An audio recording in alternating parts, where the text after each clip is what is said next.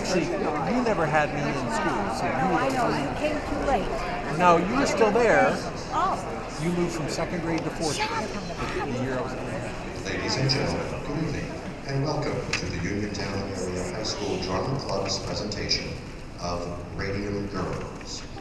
Before we have tonight's presentation, a couple of very brief announcements. A reminder that no video recording or flash photography of this performance is permitted.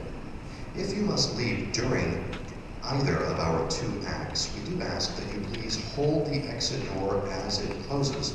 Otherwise, it will slam shut and disturb our other patrons. In the event of an emergency, please make note of the emergency exits at this time. The following performance that you are about to see is based on a true story. Although the names have been changed and some events have been dramatized, for the most part, what you're about to see actually happened here in the United States approximately 100 years ago. We hope you enjoy Radium Girls.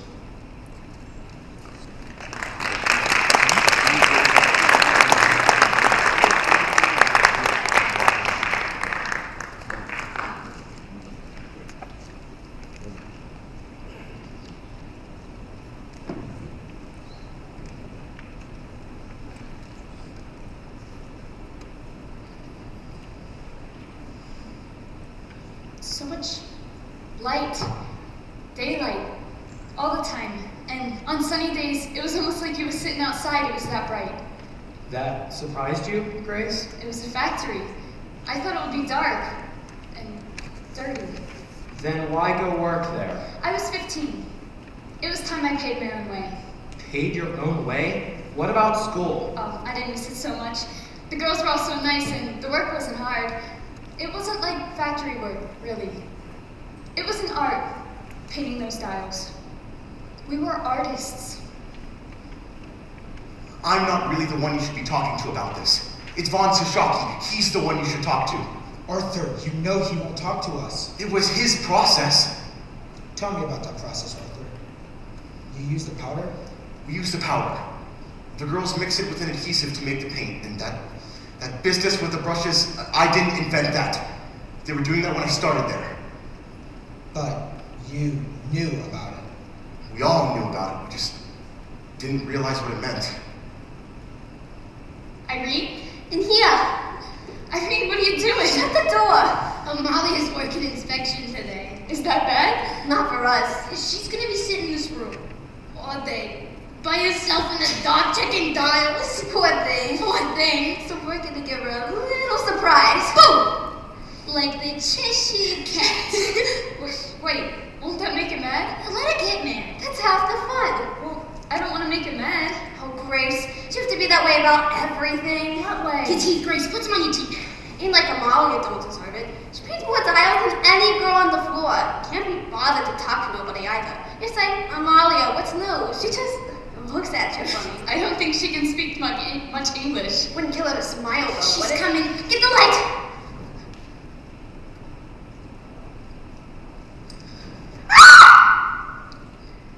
Oops, Mrs. McNeil. Painting your faces? Have you guys lost your minds? It was just a joke. Just a joke? A joke like that could lose her her job. Now, Mrs. McNeil. I'm sure that won't be necessary. I don't tolerate your foolishness, Doctor. Yeah, very good. Foolishness we don't want. Do we, girls? Mr. Reader, this is the inspection room. All the dials come here that are painted. And here are some of the girls who should on the floor be working. Girls, this is Mr. Reader, my new vice president and your new plant manager. And I was just telling Mr. Reader what a fine group of girls we have here. Sure must think I'm half out of my mind. Mr. Reader, perhaps you have some words for the girls? Mrs. McNeil? Well, girls, this paint you've been playing with, it's very expensive. You do realize this, right? It takes several tons of ore to produce a single gram of radium. That is a lot of work. Hard work for the men in the extraction plants. But they do this work gladly. You understand why? Why they work so hard? What we're Right. The war. These dials you paint save lives, girls. Our boys in the field depend on them. To read them in the dark, no mistaking what they see. Otherwise, some of those boys won't be coming home. So, if you play around and don't take the work seriously, we are playing into the hands of the Kaiser, and we don't want that, do we? Absolutely No. So let's get back to work and leave the tomfoolery to home. Mr. Readery, I just wanted to say, I am sorry. I won't do nothing like this ever again. Dear, just keep one thing in mind. If you do right by us, we'll do right by you. May 17th, 1921, Nancy Jane Harlan from the New York Graphic. The New York Graphic's only girl reporter.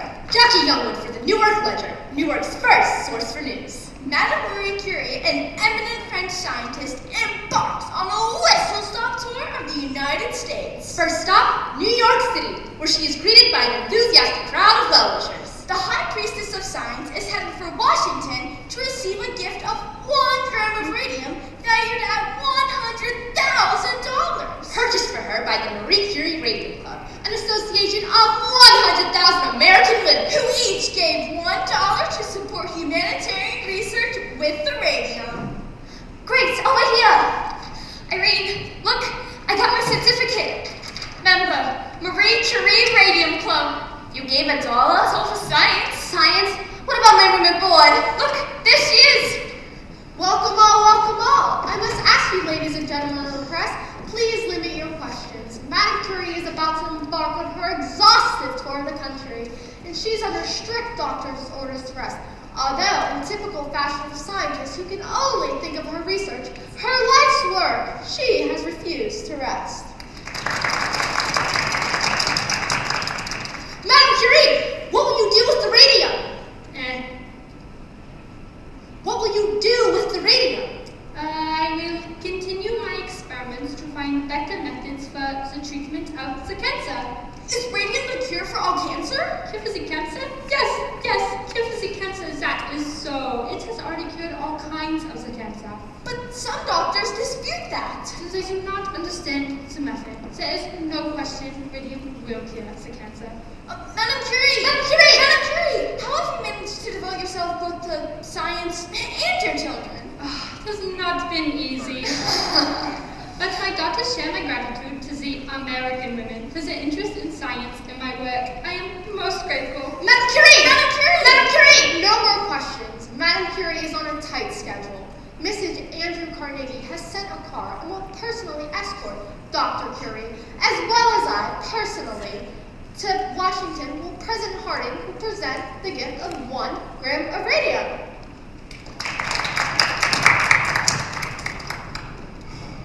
You see that, Charlie? That is a marketing opportunity. Let's send her one of our customers' watches, courtesy the U.S. Radium Corporation. We need a press release. Radium isn't just for scientists to study. The average American can share in its glory every night. Luminous watches, luminous clocks. Anyone who thinks these are just novelties. Consider the advancements in the past 50 years. The electric light, the telegraph, The telephone the automobile. All once dismissed as toys, as novelties. are now essentials to modern life. Got it. Now that ought to sell some watches. Oh, watches, absolutely. But that's not where the growth is now, Charlie. You heard the woman. It's in the medical market. Standard Chemical owns it. Only because Von Sashaki lets him take it. But if we wanted, we could have half their business. It's just a matter of positioning. Standard Chemical publishes its own journal and sends it out monthly to 12,000 doctors. We could do something similar. Something scholarly that the doctors would respect. A bibliography listing every article ever published on radium. But with capsule reports to save the doctor's time, they'd find the information, get it fast, And have us to thank for it. we'll send it to every doctor in the U.S. Radium Corporation. Every doctor in the American Medical Association. That's the spirit, Charlie. Advertising. It's not just the product, it's how you promote it. You should have seen it, Grace. The church is filled with flowers, lilies, and carnations and orchids. I mean, you know how Amalia loved orchids. Those weren't orchids. They were orchids, Irene. Flags. Orchids. I know an orchid when I see one. Purple orchids. Oh, and that smell, Grace, that smell, what was that smell? It was like Flowers? no, it was like heaven. I was gonna say, just like heaven. Like heaven, Catherine, it was just a funeral. You make it out to be some Valentino picture. It was not just a funeral. It was Amalia's, and it was beautiful. You should have seen it, Grace. The church was like the botanical gardens, and the company sent a big spray of flowers too. Carnations. Mums. Yellow carnations. Those were It mums. sounds like a nice trip, anyhow. The bell is already gone. Now then, I have new instructions for today. You're going back to the old way of pointing the brushes. You were losing too much paint on the cloth. But Yes, Grace, you wish to say something? Dr. Von Shishaki told me not to do that. He said it's unsanitary. Unsanitary? Well, I hardly believe you'd say such a thing. You must have misunderstood him. Yes, ma'am. You're not to get new paintbrushes till you're done with the old. It must be so bad, you can't get a point on you no longer. You can't make order like that. Well then, you'll try your best then, since I do have my instructions. I need a new brush. It's not for us to be asking questions now, is it? It's for us to do the work. I have my instructions, girl. Anything. Here's an instruction for you, McNeil. Let some of the starch out of your corset. Was she at the service? McNeil, you kidding? You think she'd cross the street for her own mother? I mean, everybody else was, though. You was about the only girl from the floor who wasn't there. Well, I wanted to come, but Ma was working and I had to watch the little ones. You could have brought him. All 7 of them? Well, if it was me, I'd have tried to get there. Just lay off. Grace feels bad as it is. Were many of the fellas there? Oh, yeah, lots of fellas from downstairs. Mr. Roth from the front office, Dr. Von Shishaki was there. Oh, and Mr. Rita. And he left early. So, he was there all the same. Oh, and Grace, you know that fellow from crystallizing? What's his name? The one with the red hair? He was there, you know what I mean. The tall fellow with the freckles? Yes, the one who snaps his fingers all the time. George! Jerry. No, I think it is George. It's Jerry. Jerry Mallon. He's the one who was always talking to Amalia in the day room. That's right. Oh, and Grace, when the mass is over, he goes over to the coffin and he goes like this. Like this, he goes, No! yes, really? Oh, for pity's sakes. Well, I mean, he did. No one could believe it. So what if he did? So what? He was in love with her. That's so what? Don't you think so, Grace? Well, I guess he had to be if he did all that. And I mean, can you imagine if he loved her and he never told her? I mean, never could bring himself to say because she was so beautiful and, he was so shy and, now it's too late. It's too late. That love is forever thwarted and, we'll never get the chance to tell her ever again. Poor Amalia. Poor Amalia. Poor kid. I mean, the family took it awful bad too, Grace. Albina, Quinta, everybody. I mean, every one of them crying. Even a father crying, and I ain't never seen a man cry before, and not like that. Just bawling like a baby. And you know why, too? His daughter had died. What she died from. Irene, do not go spreading stories. It's not a story. Albina told us. No reason Grace shouldn't know. No what? No what? Amalia? Ain't it awful? Albina said her father's fit to be tied too. 6 girls at home, and ain't none of them going to a dance ever again. Oh, because Amalia died from syphilis. I can't help it if that's what she died from. You don't know that for sure? It was on the death certificate. Anemia and complications from syphilis. But Amalia was ever so nice. Guess she got around more than we knew. Maybe it's a mistake. Maybe the doctor got it wrong. Come on. He could have got it wrong. That's right. I mean, the doctor was wrong about Ivy. What's Mama got to do with it? Irene, don't you remember? Up until the day she died, doctor said Ivy would be fine, to take a cup of tea, go to good night's rest. And then 2 days later, we was taken her to Rosedale Cemetery. Girls, the gentlemen are here to make an announcement. Thank you, Miss McNeil. Girls, we're here to put a few rumors to rest. And to explain some changes, yeah? As some of you may have heard by now, Dr. Von Shishaki is stepping down, and he would like to take this To opportunity make this goodbye, and Mr. Reader has kindly consented. Some of you I have known since you were little girls, coming here every day during the war, working so hard, 200, 300, some of you 500 hours a day. When I started this company, mixing the paint in my own kitchen, little did I dream it would grow into something this big. And now, from what I read, there are more uses for the radium every day. It has become truly miraculous. Thank you, Doctor. Yes. Thank you, Doctor. Now, girls, Dr. Von Sashaki is a very busy man, and he must be on his way. So, let's wish him the best of luck in his newest business ventures. Very good, then. Now, girls... And let us also wish Mr. Reader the best of luck as up to the plate he steps as your new company president. Thank you. When Mr. Reader came to this company 4 years ago, I saw in him a young man of great enterprise and great ambition. Yes, thank you. Little did I guess the direction his ambition would take us, but that is one of the things that makes this country great. The opportunity to provide a young man and his friends. And so, girls... And so, ladies, let us wish Mr. Reader all the best in the new direction he wishes to take the company. With the slowdown in dial painting and business moving into the medical market, there's going to be a lot of changes, yeah? What the doctor is referring to, some of our larger customers are opening up their own dial painting studios. Which means less work for our girls here. In the short run, things might be slower here. However, the Waterbury Clock Company in Connecticut needs help setting up its new studio. We were intending to make an announcement next week, but we'll make it now, Miss McNeil. Well, we were deciding on taking some girls down there to work. The work is supervisory in nature, which means more pay. You got some girls in mind? Louise Conlon, Sarah Deutsch, Lena McCarthy, and Catherine Shaw. We will post a list downstairs tomorrow. Fine. There you have it, girls. As we're all on the clock, we'll leave you to your work. Thank you, girls. My best wishes to you. Let's back to work with you girls. You gonna do it, Chris? You gonna go to Connecticut? Oh, I don't know. It's awfully far and Tom would have a fit. Come on, Grace, it'd be fun. Won't it be fun, Irene? Irene? Irene. Honey, are you alright? Huh?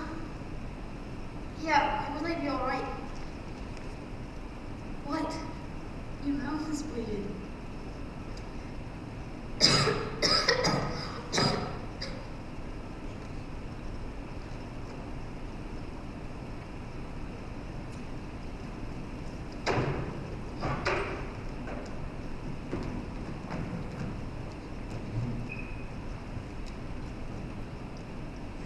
$35 a week, and she quits the place.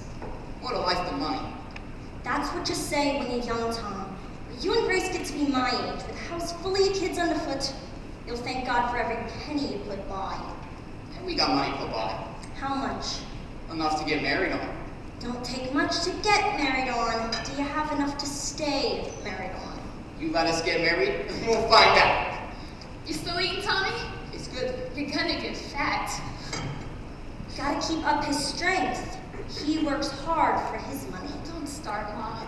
I didn't say nothing. It's your father with the roof over it. He didn't hit the roof. You should have seen the man's face, Tom, when he found out Grace wasn't working no more.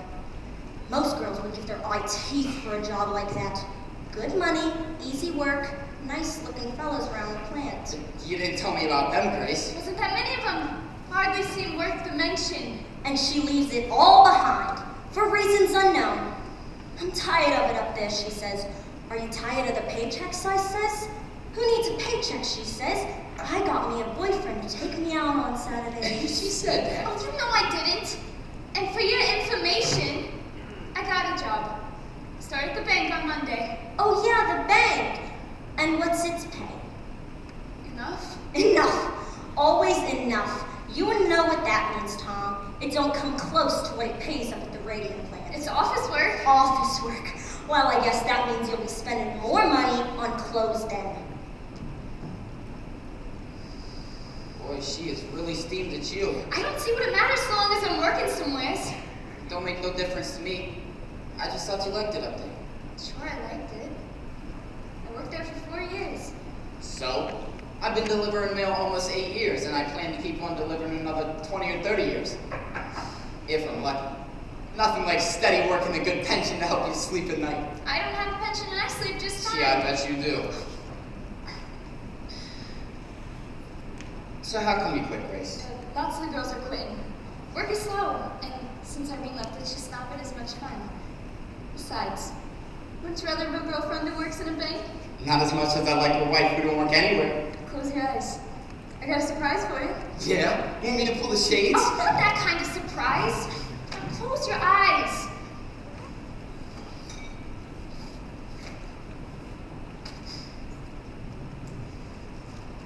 Now look. Wallpaper. For the baby's room. Baby's room? You won't kiss me and you're talking about babies? Well, there's gonna be babies eventually, Tommy. Well, sure, Grace, but you know, most girls, they get married before they decorate the nursery. Plan ahead for once. Pick one.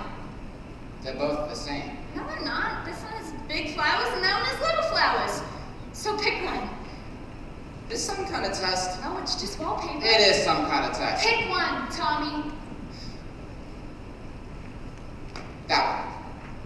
Really? The other one, then. But which do you like, though? They're both nice. This one is pretty, don't you think?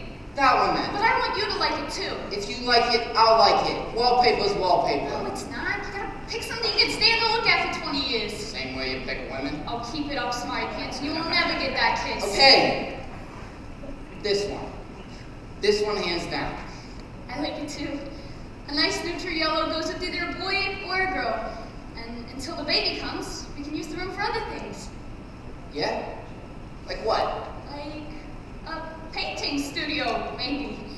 Like a painting studio, maybe. Didn't you get enough paint at work? Not the kind I wanted to do, Tommy.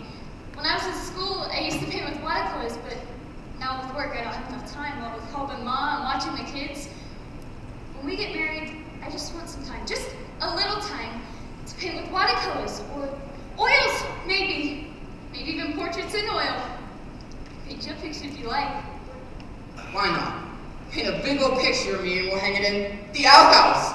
All our friends will come around just to use the can so they can take a look at it. The way you talk sometimes. Oh, Grace. You want to paint pictures? Paint pictures. I ain't gonna stop you. Just wait till we get married. You'll change it too. Yeah, sure. I'll be whistling Dixie. Watch. You come home one night all worn out. So Christmas maybe when everyone on your route has 3 times the mail. And maybe some dog took after you. And maybe some grandmother kept you up on a stoop talking about her grandchildren. And you didn't have the heart to tell her no. I know you. So you come home one night all cranky and late besides. Hungry. Want your dinner. And there I am in the kitchen. My easel set up just there. And my drop cloth there on the floor. And my paints are spread out all over the table. But your dinner is nowhere in sight. What do you say then? That'll be a picture of me you're painting. I know what you'd say. Where's my dinner? That's what you'd say. Where's my dinner? Well, sure, Grace, but you know, I'd still admire the painting. Just want to do it on a full stomach. So, how'd I do? Pick the right wallpaper? I don't know. Maybe I'll go look at the stripes. Stripes, polka dots, I don't care, Grace. Let's just get married. You're plenty old enough. Tell your mom we ain't waiting no more. We'll just run off. Oh, Tommy, we are not running off. We're gonna have a nice, proper church wedding with music and flowers, and then a week at the seashore. Just the 2 of us. And then we'll come back and we'll set up our own place. You'll see. It'll be worth the wait. Your mouth hurt you? Yeah. Doctor wants to pull another tooth. In the back. Well, what's it to? Hazel Kuzer. Any connections to the others? Only by virtue of employment. Except she's got a good lawyer. Yeah, knows how to write a good letter anyways, that lawyer. And she no longer works here? Left 6 months. This makes 4 now. 3. 4 if you count the Maja girl. I wouldn't include her. She worked here. She also worked other places. And what you died from, you couldn't pick up here. At least I don't think you can. That's not funny, Charlie. And besides, that's just idle talk. In my experience, there's usually something to the idle talk when it comes to girls like that. From what family then? Wasn't she? Italians. The conditions they live in. 10, 12 people in 3 rooms. It's a wonder they don't all die from one infection or another. 3 then. And how many died? Only Miss Maja, but I haven't heard from her people. It's too late for them anyways. The statute of limitations is 2 years. But Miss Kuzer is another story. She's in a position to make some real trouble now. And all the time I've been here, No one has so much as slipped on the floor, and now this. Talking about 3 girls. Out of how many hundreds we've employed? 600, 700 over the years. And some of them were sick when they got here. One girl you hired was a complete cripple. She couldn't even climb up the stairs. Her father carried her up to the studio every morning. It didn't make any difference to me how she got to work. She was a fast worker and a very sweet little girl. But she was in poor health. She needed the work. Arthur, Charlie, and not just for the money. To feel productive, to have a purpose. That's what work does, Charlie. It gives us a purpose. I don't see why we should stop hiring girls like that. Well, when they get sick and try to blame us for it, you might want to reconsider that policy. Let's see what Dr. Drinker has to say about this one. Dr. Drinker? Just some professor at the Harvard School of Industrial Science. He chairs the department, and he's agreed to take a look at our operations. Don't you think we're jumping the gun a bit, hiring him? We've had 6 girls quit this week, and Miss McNeil tells me there could be more. Girls come and go all the time. It's never been like this. These girls are terrified. We have to do something to calm them. Like letting Drinker examine them? That sounds like a recipe for mass hysteria. We'll tell them it's a routine physical, Edward. Companies give physicals all the time. Then Drinker will start next month. In the meantime, I recommend we make an offer to Miss Kuzer. Settle? There's no proof her problems are connected to us. If she sues, trust me, you won't like the publicity it brings. And neither will your investors. Do you think this could affect the stock holding? Don't you? Wonderful. We'll open at 30 and close at 10. Or don't open at all. But if we give this girl something, that will keep her quiet? It could be a condition of settlement. Maybe we better do it. Suppose this lawyer has a racket going. He finds sick girls and talks them into making suits. Then we reward him for his larceny. Unless Miss Kuser genuinely believes she got sick here. It could be like Charlie said. She comes from a large immigrant family, not well educated, not a lot of resources. A few $100 would make a big difference to a girl like that. Certainly. Pay a few doctor bills, buy some medicine. From the look of that letter, that girl does not have long to live. So it would be a gesture of decency then? Exactly. Well, what do you think we should offer? March 24th, 1924. Jackie Youngwood reporting for the New York Ledger. Nancy Jane Harlan from the New York Graphic. The Graphic's only girl reporter. Could radium water pose as a cure for crippling arthritis? Scientific studies suggest a connection. Dateline, Orange, New Jersey. Radium water products offer a miracle cure for crippling arthritis. Some patients reported a significant abatement in their symptoms. Mrs. Jeremy Michaels from the Bronx tells how radium water transformed her life. My pain got so bad, I could hardly bend over. While others reported only mild relief. This poor, brave woman could not even bend down to kiss her little ones goodnight. And I got 3. Let me tell you, they are a handful. Dr. Harrison Martin, Chief Medical Examiner for Essex County, commented on the study. Preliminary, at best. Your recommendations, Dr. Martland? Advise further study. Much further study. Then, Mrs. Michaels tried Radiathor. They said it would help my rheumatism, so I drank a bottle a day for a month. Wasn't cheap, but I was desperate. The test sample is questionably small. Well, first off, it felt like I'd been hit by a bolt of lightning. It was that powerful. Now I drink a bottle a week just to maintain my health. I hang the laundry and scrub the kitchen floor, same way I always done. Dr. William J. A. Bailey of Orange, inventor of Radiathor, reports strong demand for his product. Radioactivity is one of the most remarkable aids in medical science. I didn't Radiathor myself, and I can vouch for its power. A bottle a day. At $1 a bottle. Worth every penny. Yes, indeed. I'm going to show us a picture of a lethargy before I discovered the amazing vitalizing qualities of radium water. Now look at me. I'm nearly 50 years old, but I have the image of a man in his 30s. But you rather look like a man in his 30s. Thanks. A testament to the tonic's potency? Or to the seller's creativity. Radiathor is perpetual sunshine. And a perpetual money machine for its inventor. Is there no end to what science can do? Maybe we should have made an appointment. Don't need an appointment. It's awfully busy here, Catherine. If you don't have an appointment, maybe you should make one. I shouldn't need an appointment for this. I'm sorry. I don't find anything under Shaw. No, it's under Rudolph. Rudolph? The girl I'm asking about, Irene Rudolph. Did she file the complaint? No, the dentist did. The dentist? Dr. Neff, Irene's dentist. She said she might have faucet jar, and she was going to complain to the health department about it. But when I asked her, she said she hadn't heard nothing. It's been more than 6 months now. Faucet jar, you say? Yes.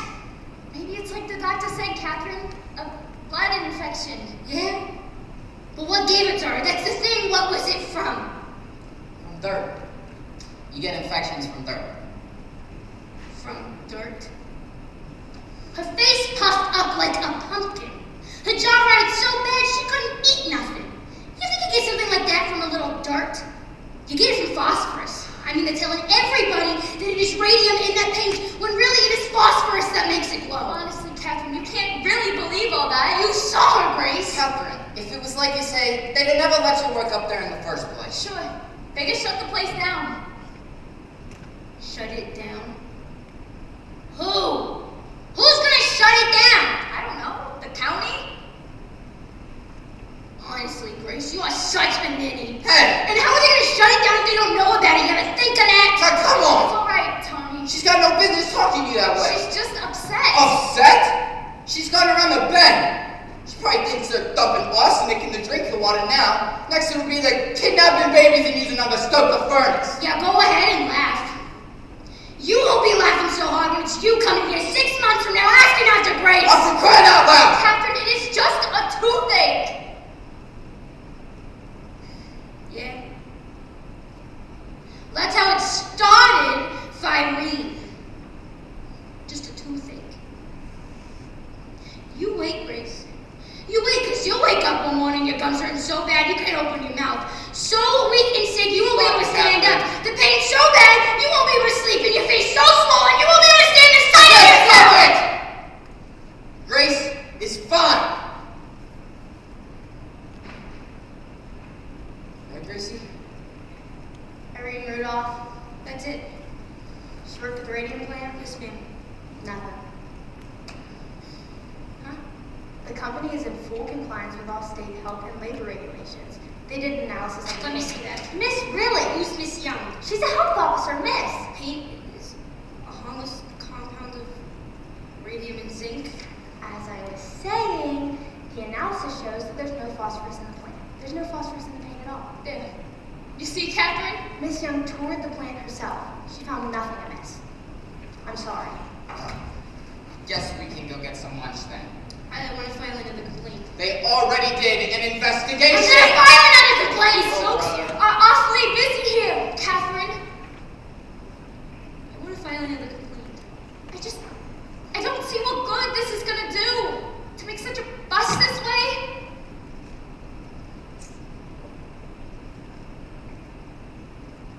Grace, 3 surgeries. And they wanted to cut her again. She finally said no. Because she knew. I mean, what was left of her jaw rotted so bad. I mean, the smell was terrible. And you know, the worst of it is, I couldn't even look at her. Irene was so afraid of being alone, but I left her alone. It was the middle of the night when she died and no one was with her. I'm sorry. Can I have another form? My friend would like to file another complaint. Another complaint? Is the girl still sick? No. She died. Wait right here. Harriet?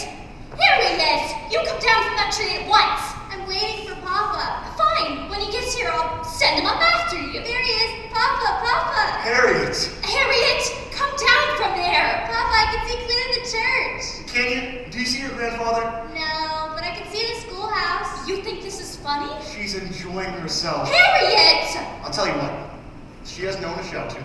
She won't shout. Oh, they can hear her halfway across the neighborhood. Can they? When she comes down, I want you to talk to her. She's 9 years old, Diane. I'm trying to raise a daughter, not a son. Time is on your side. In another year or two, she'll be less focused on climbing trees and develop a fascination with boys. That's supposed to scare me. And when that time comes, you'll be frantic because she no longer wants to climb trees. What's this? Something to give you vitality. You think I need vitality? That's what it says on the bottle. Is it pure? We're his supplier. You want to try it? Well, if it'll give me vitality, how can I refuse?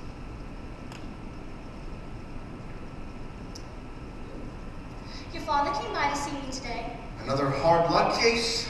4 children at home, all under the age of 6. Let me guess. Wife in the hospital with cancer. Yes. And the husband's been laid off from, let's see, the brickyard? Yes. Though no fault of his own. How did you know? Dad was by to see me yesterday. It's never enough with him. Just to have ordinary ambitions in life. You have to have a mission. And you do. No, I have a business plan. You can't tell me you wouldn't help this man if you could. If I could. I can't give him a job that doesn't exist. What about Dan Lehman? Dan. Maybe he could use some help. In the laboratory? Dan needs a trained technician, not a bricklayer. Why don't you have him talk to Mrs. Middleton? Don't you women have a social club for things like this? You mean the Women's Club Civics Committee? Right. Yes, the club takes an interest in such cases, but we're not an employment service either. Which is why I thought you could help. You do love being married to the company president. No, it has its advantages. You ever think of trading in? Do you? I got my shoes shined this morning, and while I sat and watched the boy work, I thought, this is quite the enterprise. The work walks in, the work walks out. No inventory, no warehouse, no health inspector. And you trade it all in for your own shoe shine stand. Fewer headaches that way. So you're one of those ones again. What is it this time? It can't be the stock market. It went up today. And now you're reading the financial pages? I have to entertain myself somehow. So what happened today? You're very strange. I'm sorry. You know you can talk to me. There's nothing to talk about, really. This is going to be our best year ever. So it's the prospect of success that's got you so disheartened. I'll get my checkbook. What for? You're a bricklayer. Audie, he needs a job, not charity. What is it your father always says? A working man needs to work. It weighs on his soul not to work. Well, if it's a matter of its soul, I guess it's different. I'll have him talk to Dan. Audie. But I make no promises, Diane. No promises. To your health.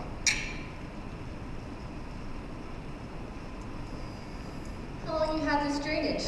About a week or two, Dr. Neff. It hurts something awful. Anything else bothering you? My back hurts some too.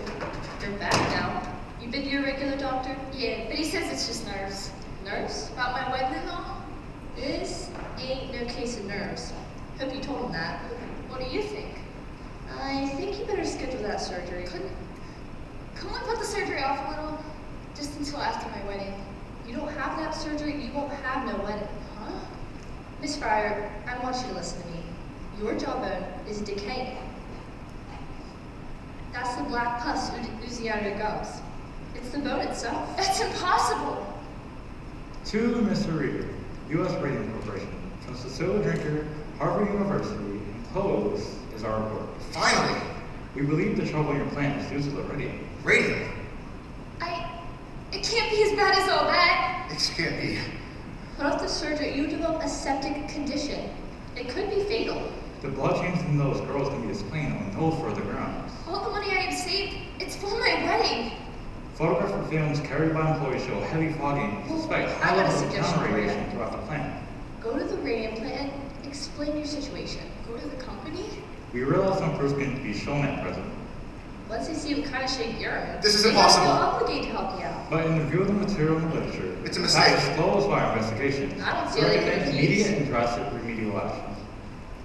Look, if you want, I'll write to them for you. They can just work through me, pay my bills directly. You think they do that? Charlie! They got a moral obligation, don't you think? I guess so. Here, we'll do it right now. I'll go get some paper. He has to be wrong. That's all. He's wrong, Charlie. He must have missed something. If we're suffering a new ailment caused by the radium, it should occur generally throughout the plant. One would expect. There are several hundred milligrams present in big solutions at all the time. Several hundred in the ore, several hundred in crystallizing. The entire backyard is filled with tailings. Radium is present in good amounts all over the property. If the radium issue, then shouldn't the incidence of illness be highest in the laboratory? And no one there is sick. Then maybe it's some issue, like some combination between the radium and the zinc. Or something peculiar to our plant alone? Bacteria, perhaps, in the brushes. It can't be the radium. There are several dozen application plants all over the country, and no one has ever reported anything like this. The Department of Labor wants to see the report. Yes, I'm aware. What do we do? This tears us apart. How do we answer them? They want to see the report. We'll show them this. One page? The most important page. Shrinker would never stand for this. Shrinker works for us. This is a proprietary report. What we do with it is our business. But the Department of Labor, Arthur. We just need a little time, Charlie. Just a little time. They could shut us down for this. Scientists? Government men? They don't know what it takes to run a business. Vaughn's so shocked he thought that advertising was a dirty word. He laughed at the very idea of promotion. I can't tell you how many times I walked into that man's office and he turned a deaf ear to everything I told him. But we showed him, Charlie. We showed him. Look at us. We are the largest single supplier of radium in the world. The largest in the world. You know what it took for us to get here. Do you think that I am going to stand idly by and let our good name be dragged through the mud? Trust me, Charlie. It's awful nice of you to come all this way, Dr. Flynn. Not at all, my dear, not at all. The surgeon knew he was coming, so he gave me the results of my blood work. Excellent. And so? I must say, Miss Fryer, your blood looks better than mine. It does. Well, that's what happens to an old man who smokes. Now tell me, what else is troubling you? My feet and my back, mostly. I've had to wear a brace for a while. So I see. And this started before you left the company or after? After I left. Dr. Neff says it's lots to do with the radium plant. I know another girl who died from it. Irene Rudolph. Oh, yes, terrible thing. Vincent's angina. What's that? It's an ulcerating condition of the mouth, my dear. From the radium? Oh, no. This is a rare and unfortunate case of poor dental care. So let that be a lesson to you. Always brush your teeth. I read something else about this in the papers. About other girls who got sick. One girl I used to work with for a while. She's up in a hospital in New York, and the doctors, they don't know what to do. Miss Fryer, please tell me you pay no attention to newspapers, for they are not scientific. But reporters are not scientific. They do not follow the scientific methods. They write to sell, not to educate. The scientist, he does not concern himself in what sells. He concerns himself in the truth. He undertakes years of painstaking study to arrive at an understanding of intricate natural processes that most people can't really comprehend. You would do well to listen to science and not the reporters, because I can tell you, radium had nothing to do with what's ailing you. Does it? Not in the least. Then what is ailing me? Poor diet, Miss Fryer. Poor diet. But Dr. Neff said... Dr. Neff is a dentist, not a physician. This is a case of vitamin deficiency. You must eat more fresh fruits. Hard to do in the winter. And raw meat too. It will help with the anemia. Raw calf liver. Cook if you must. At least twice a week, at minimum. Oh no, Miss Fryer, I cannot accept that, for I'm a scientist. By letting me examine you, you helped me advance my studies, and I thank you. Here, take my card. Call me at any time, day or night. Okay. Thanks, Dr. Flynn. Happy to be of service, my dear. Dr. Frederick Flynn, PhD, Physiology, Columbia University. PhD? That man is not a real doctor? My findings, Mr. Reader. You see, half a dozen girls used to work at the plant. Word I hear, he's working for the company. In objective evaluation, I trust? The sources of my funding have no bearing on my research. And I let that fella examine me. I didn't examine her, per se. It wasn't an examination, per se. Well, nevertheless, You were able to offer her some useful advice? I did the best I could for her. Every girl he sees, it's the same thing. There's nothing wrong with you. Your butt is better than mine, he says. And how are you doing on the rest of the report? The animal studies I've conducted have shown no effects from the radium. It's just as you suspected, a case of poor dental hygiene only. I can't believe someone would do something like that. Straight up lie to you like that. Nothing surprises me. It's just like you said, Catherine. Those folks will say anything. They'll do anything. Except the right thing. But we're gonna make them, Catherine. We're gonna make sure someone hears about this. I am most grateful, Dr. Flynn, but I'm particularly grateful to hear that the girl you examined is doing so much better. Didn't examine her. No. I merely consulted with her. All the same, she is doing much better, isn't that so? From what I can see, she's on the road to recovery. Excellent. Here is a statement of my fees and expenses. Mr. Lee will draw you a check.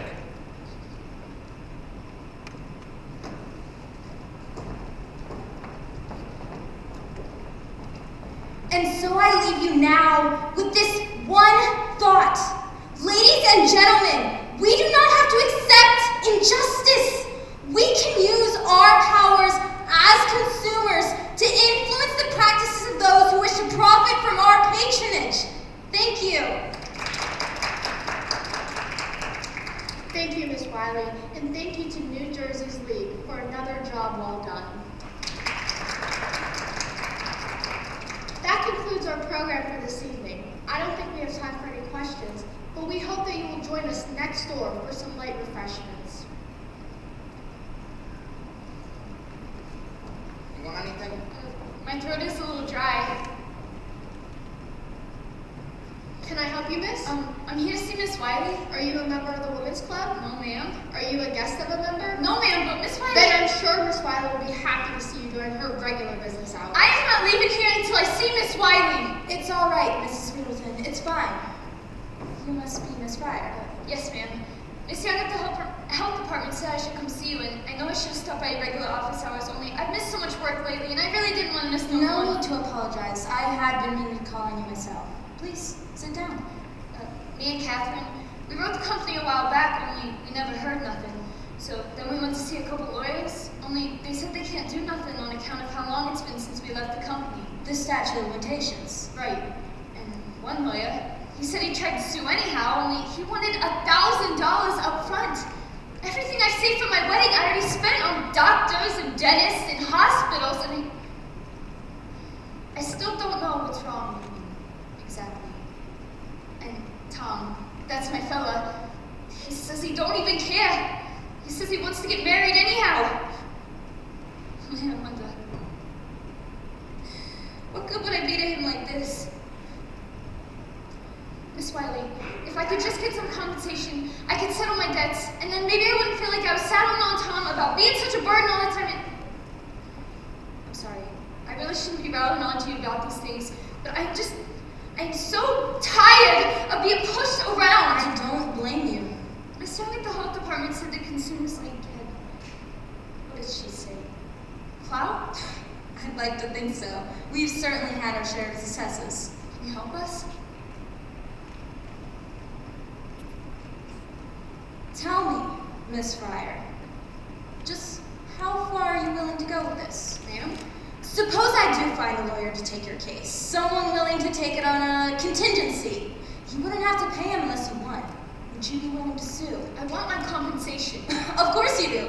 Now, suppose the company goes, here's some money for you, Miss Fryer. Only you are to say nothing about how you got sick. You are to tell no one about what we've agreed to. Keep it quiet, you mean? Yes. That don't seem right. It isn't right, but that's what they'll do. They will try to buy your silence. Is it for sale, Miss Fryer? No. No, ma'am, it isn't. Good. So can you help us then? I think I can help you. If you would be willing to take some chances. Chances?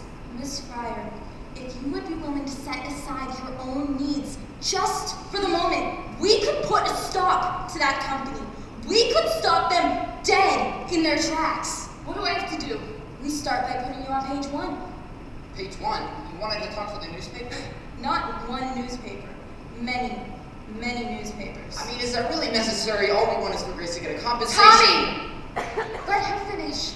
I understand your concerns, but this company has already shown it's willing to go to extremes to protect itself. No, I'm afraid the only way we can get to them is to hit them where it matters most, their public image. When every newspaper in America tells your story, how you suffered, how you were sorely treated, how the company denied all responsibility.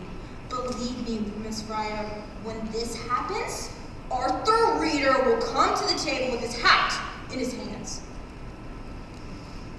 All right, Miss Wiley. I know it's a little frightening. It's all right. Right now, I am more angry than I am scared. Good. You hang on to that anger. Only, don't let anyone see it. Ma'am? Public sympathy, Miss Fryer. That's our strongest weapon. And the public doesn't have much sympathy for an angry woman.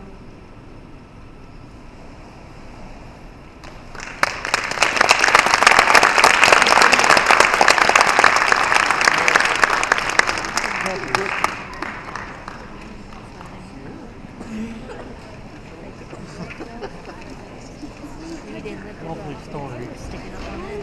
Happy. Sticking up like this. Oh, there's Kristen. He was texting me. He's like, I'm standing outside. I'm gonna get murdered if I walk in. He's sitting right in the corner. He's texting me in the middle of the play. I couldn't look at my phone. No texting in place? I got my outside. No texting. Ben, Kristen. Give me a minute. This guy's head's going to be in it for a couple minutes.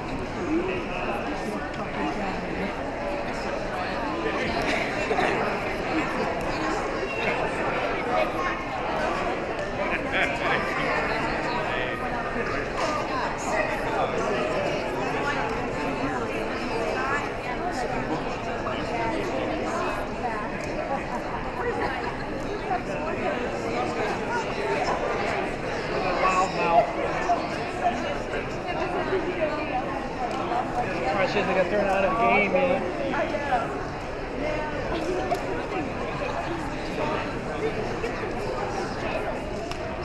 Yeah, pick up on that.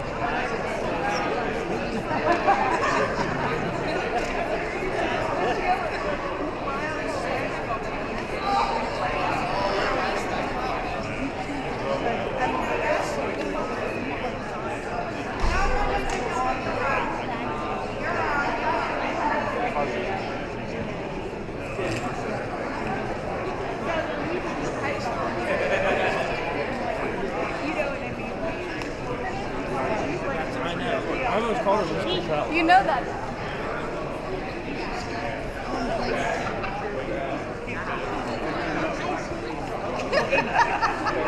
I didn't put my I didn't do anything on Facebook. I figured I'd do it. Yeah, I figured I'd do it.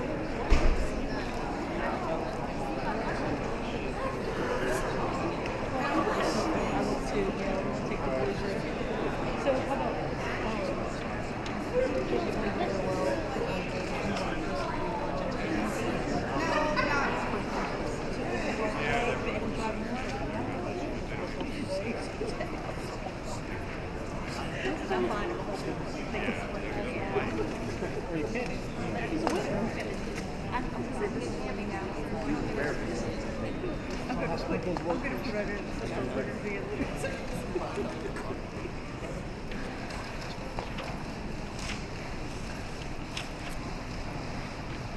December 4th, 1927.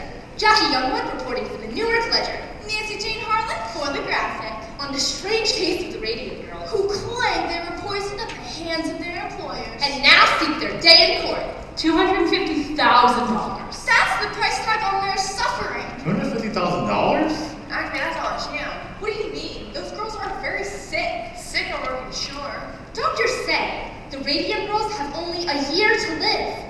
a year to live, and 250 grand to spend? What would you do with that kind of money? What would you do to ease your last suffering days on Earth? What would you do with $250,000? I'd buy a wardrobe like Irene Castle. I'd give it all to charity. Then I'd travel around the world first class with all my friends. Now play stock market. I buy my wife a diamond the size of New Hampshire. I'd use it to pay off all my medical bills. And the second mortgage my father took out on his house to pay for my last operation. Pretty Grace Fryer sits at home, suffering bravely through this entire ordeal, struggling valiantly to keep up her flagging spirits for the sake of her family and her friends. It hurts to smile, but I try to smile. I know if I don't, I'll go crazy. Tell us, Miss Fryer, how does it feel knowing you have so little time left? I try not to think about it. And the company's getting fat after labor. And all they have to say is... No comment! Don't you just want to punch somebody? Oh, no, that won't turn out good.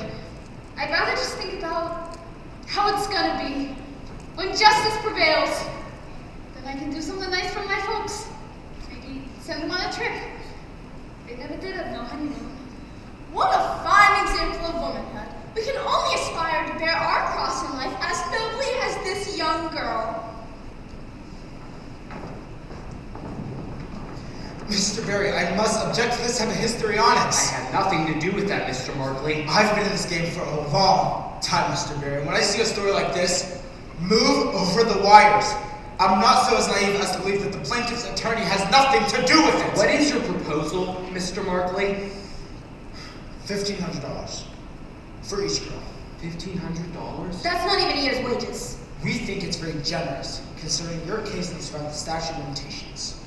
This is a case in equity, sir. The Chancery Court will come to a different conclusion. The Chancery Court can write the law, and the law is clear.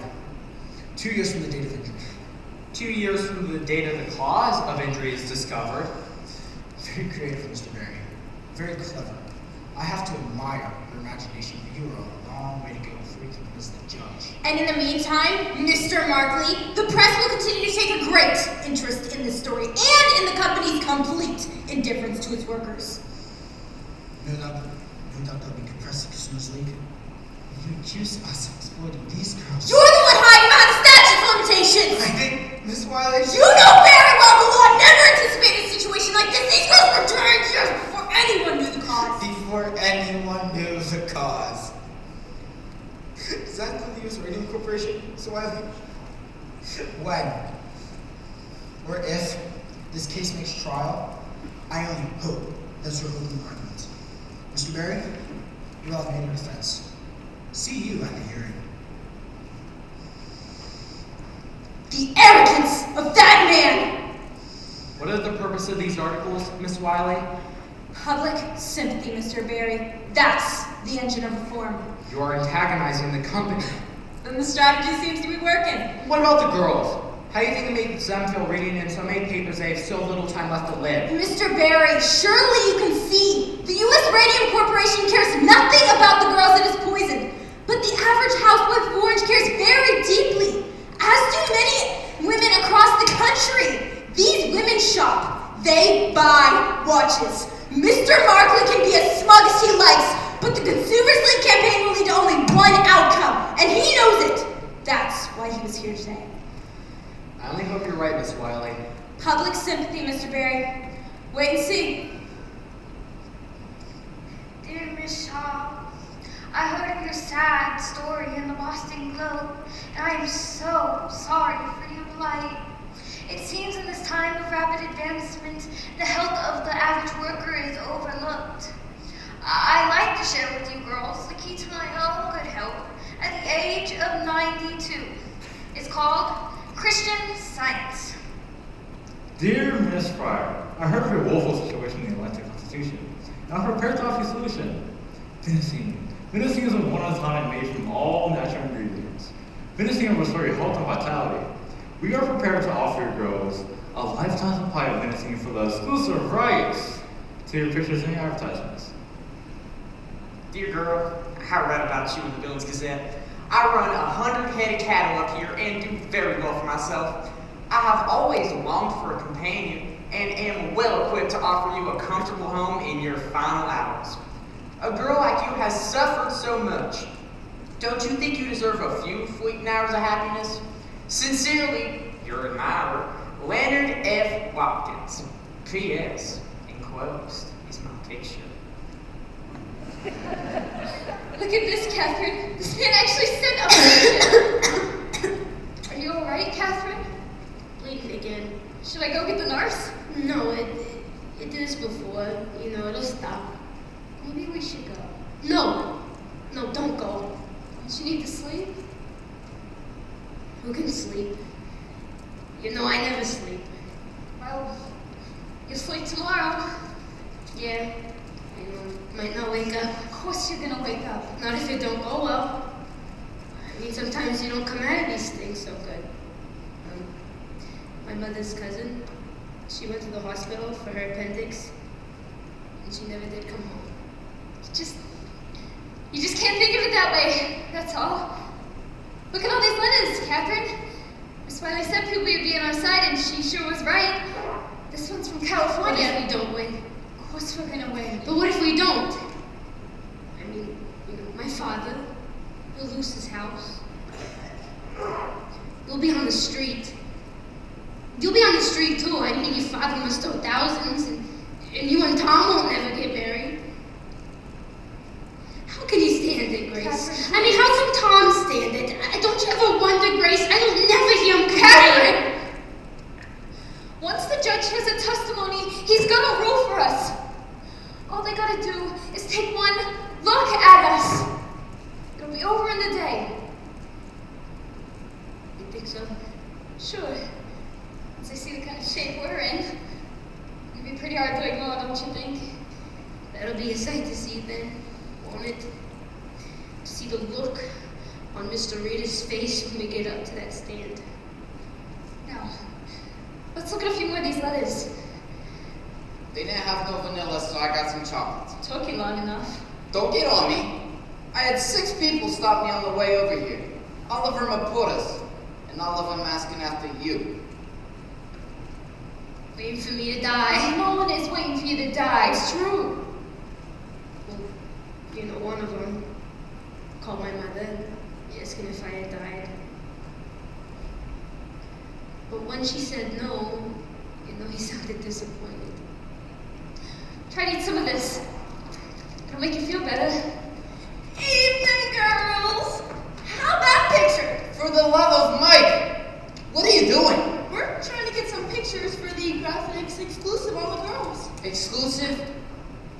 What are you talking about? $5,000? That's what? What do you say, Grace? That sound good to you? Think you could use $5,000? I don't understand.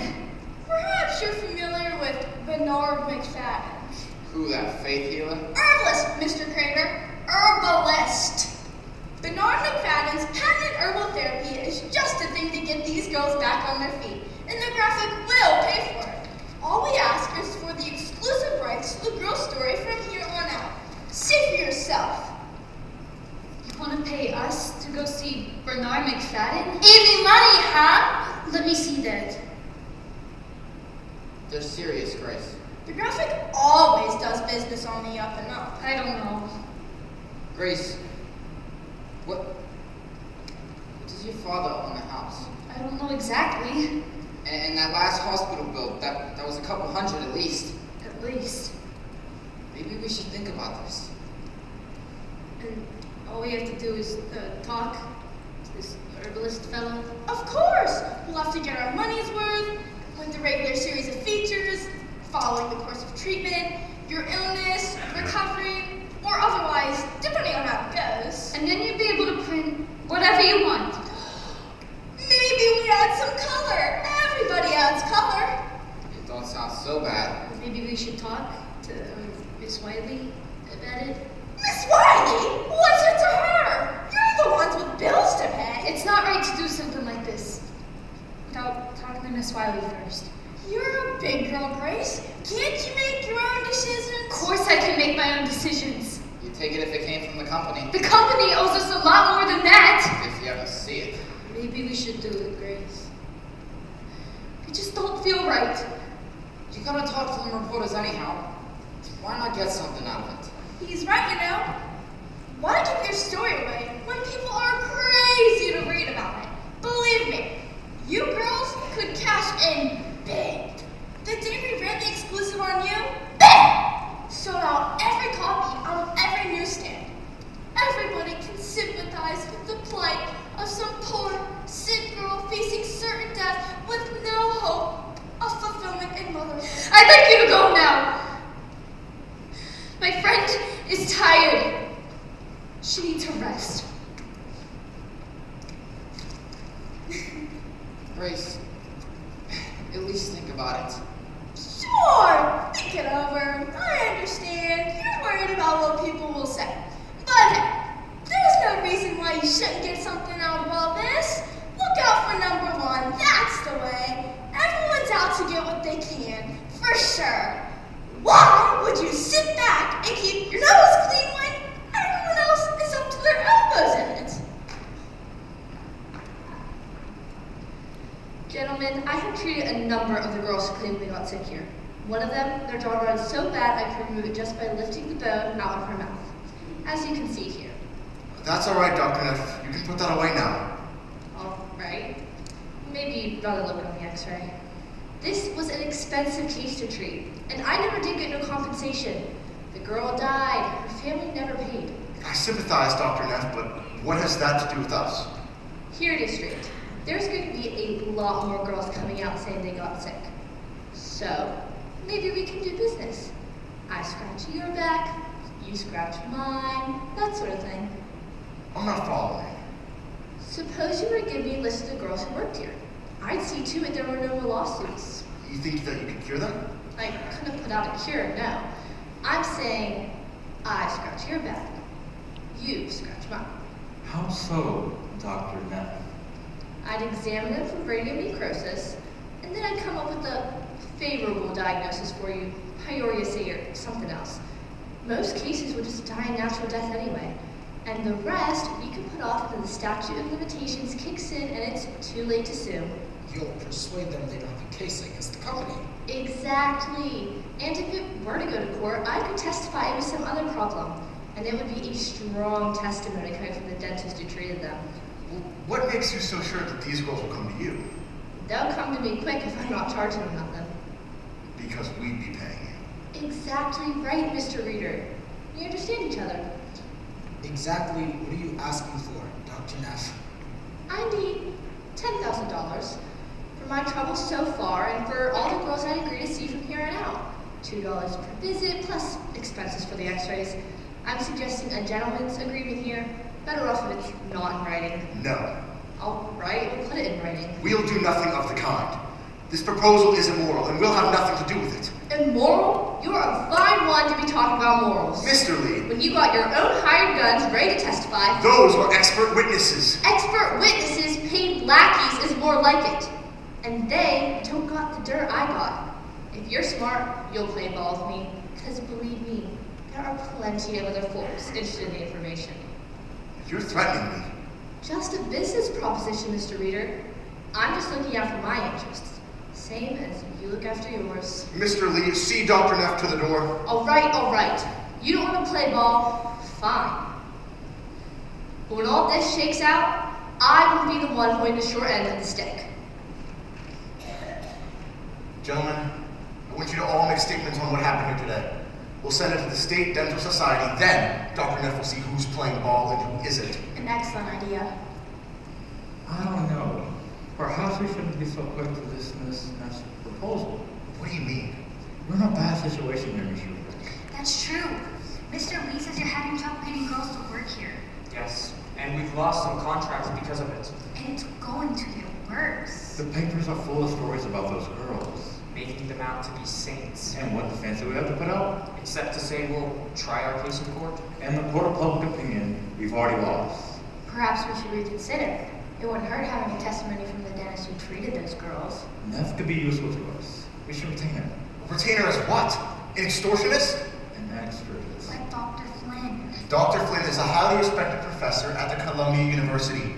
Neff is a neighborhood dentist. Dr. Flynn treated some of those girls, didn't he? He didn't treat them. He consulted with them.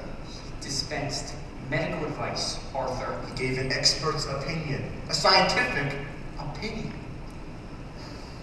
How about this? We retain them, but we don't put her on the stand. Just so she doesn't testify for those girls. That's the most important thing. I agree. That is the most important thing. Would you agree to something like that, Mr. Reader? Mr. Reader. Mr. Reader? Edward! We can't possibly do something like this. We cannot get into bed with someone like Neff. Arthur's right.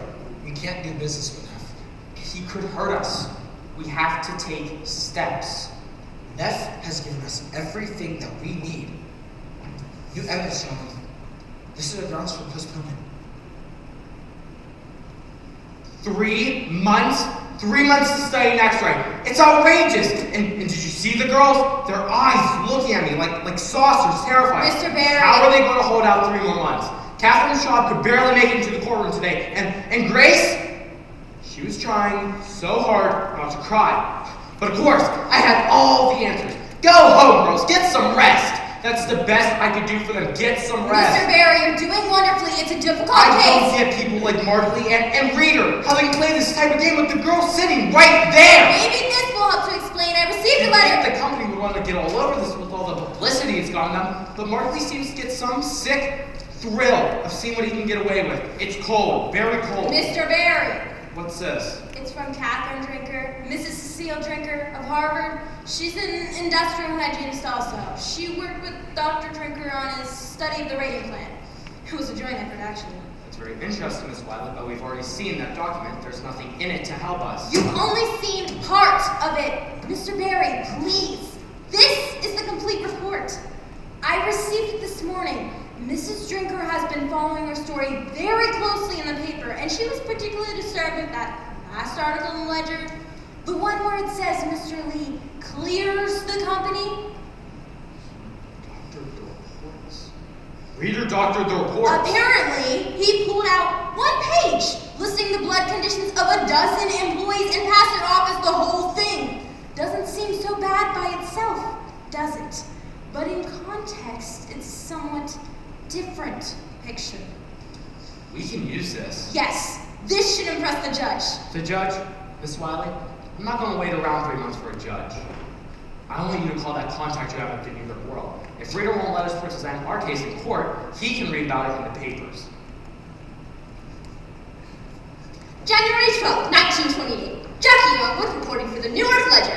Nancy Jane Harlan for the Graphic. Radium girls go to court today. Radium girls knock at the doors of justice. Will they be heard? These poor injured girls face pain, disfigurement, ruin, and death. And as the clock ticks away the precious moment, a hearing begins in Chancery Court, where the U.S. Radium Corporation demands a postponement. While plaintiff's attorney Braden Berry makes a shocking disclosure, showing that the company lied to the Department of Labor, showing that it distorted the results of a Harvard study, concealing the ill effects of its product. Read all about it in the Ledger. Read it in the Graphic. We care because you care. Very bad. You didn't read it? I make it a point not to these days. If only other people would do the same. Mrs. Mitchell's from across the street. She walked right past me today. I know she saw me. And the women at the market and the green grocer, the way they glance at each other. And Mrs. Middleton and the other women at the club, the whispers. Why don't you put that away? At the club today, Read something else. actually Read the had journal. notes saying, I saw it here the other Mrs. day. Rita, did he do it? Did your husband really poison those women? I said, Mrs. Cowles. If such a thing were true, why would you be speaking to me? I surely wouldn't want to associate with a woman whose husband does such things. Why would you go there then? If that's the way that people are. I've been a member of the club for years. Well, what do you want me to say, Diane? That we knew that we were poisoning people, but we were making too much money to stop? Is that what you want me to say? I surely don't want you to say such a thing. Even if it were true? Or especially if it were true? Is it true? Is that what you think? What do you want me to think? For God's sakes, Diane! Don't you see what's going on? It's Von Soshoki. He's behind all this. He's jealous of our success. He's feeding information to the consumers league so they can railroad us. Why would the consumers? Bunch of radical women. Do-gooders. Half of them are Reds, probably. Socialists. Same thing with that club you belong to. What? You women think you can go out and solve the world's problems while your husbands go out and make a living. I'm sorry. You're gonna quit that club. Quit the club? And stop talking to that idiot Miss You're Middleton. not making She doesn't any know sense. anything. None of those women know anything. You don't know anything.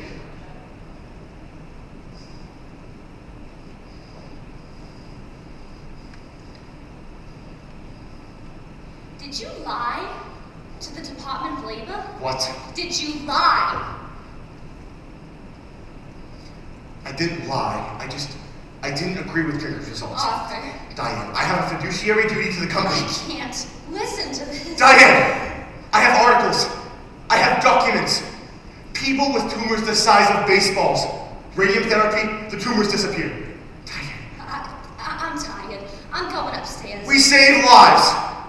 We make lives better. Mild radium therapy invigorates. You cannot really think that I'm a liar. You cannot really believe that I set out to poison these people. Can you? No. Do you think that I'd ever do anything to hurt you? Or to hurt Harriet? Of course not. Then 13 girls have died. People die every day. The newspapers are full of death notices. Young, old, infants, children younger than Harriet die every day. But they worked for you. They also worked other places. Diane, I have a report from the Columbia University, an expert in industrial hygiene just like Drinker, who says there's no connection between our plant and these illnesses. Would you like to see the report?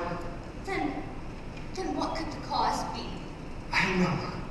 I don't know. I've tried everything I can to find out, but no one knows. Please, say you believe me. If you don't believe me, there's no point to anything. Arthur. Do you remember the day I told my father I wasn't going into the ministry? What you said to me that day? You can do as much good report work as you can in a church. You remember? Of course I remember. I was such a scared kid, and he was an icon. If it weren't for you, I don't think I could have stood up to him. I know you could have, Audie. I know you would have. And ever since then, he's been looking for signs that my soul is lost.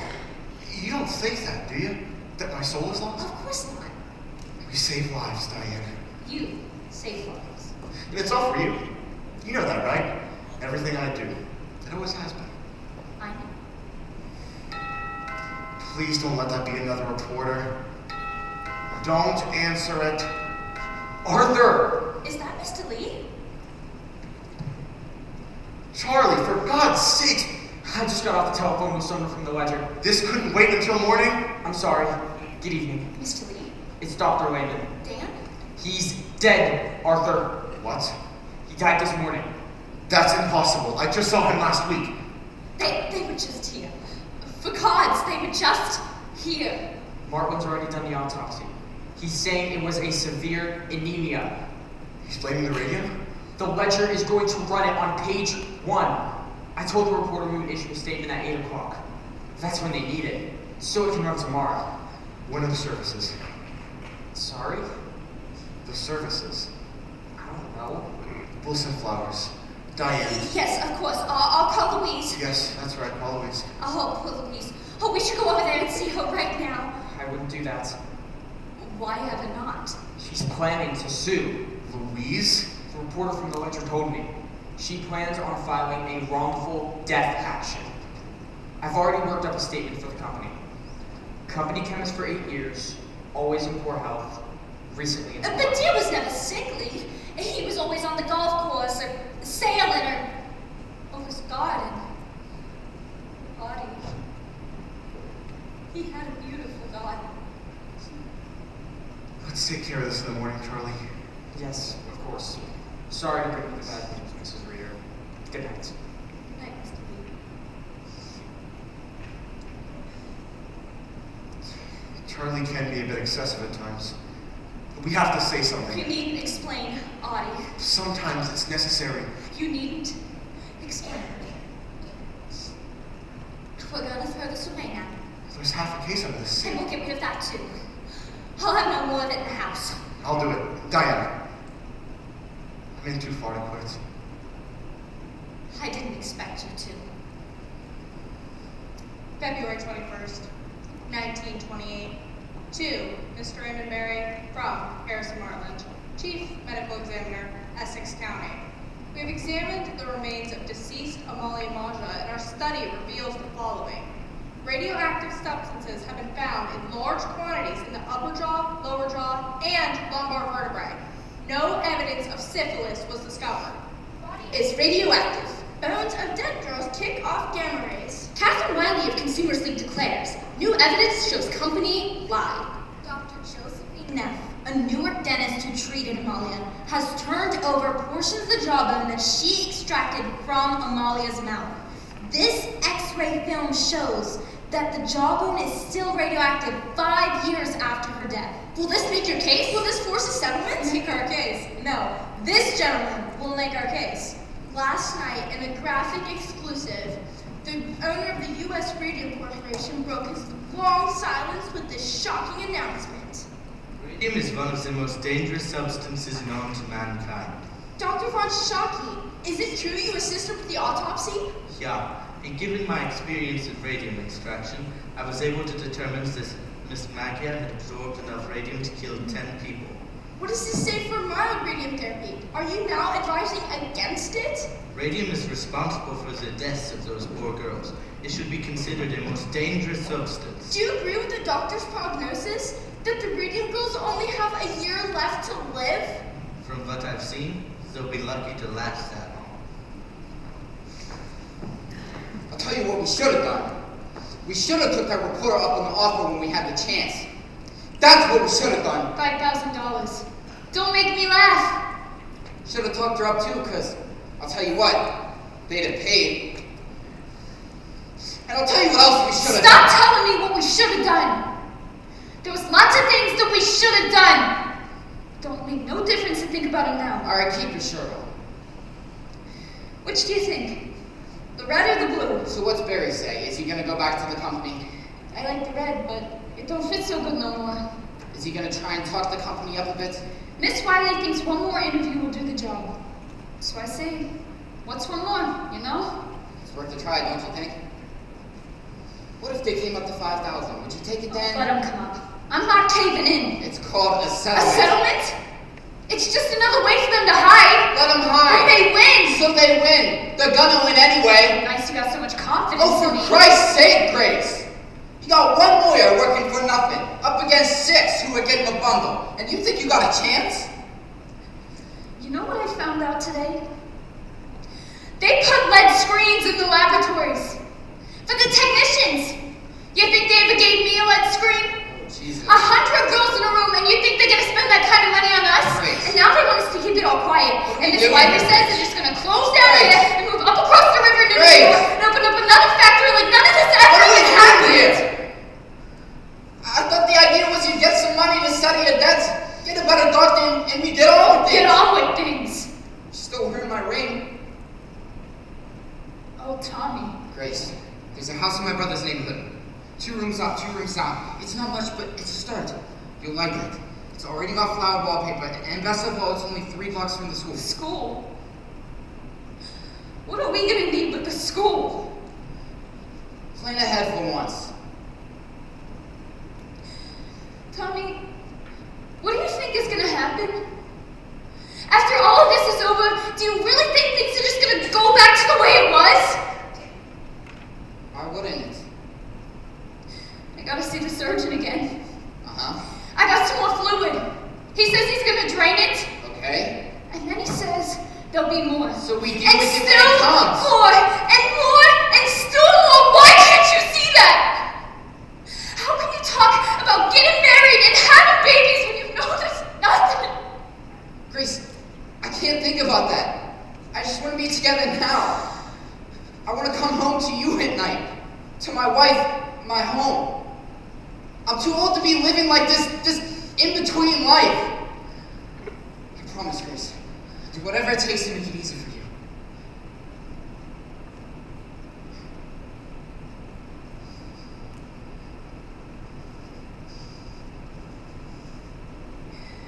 Here.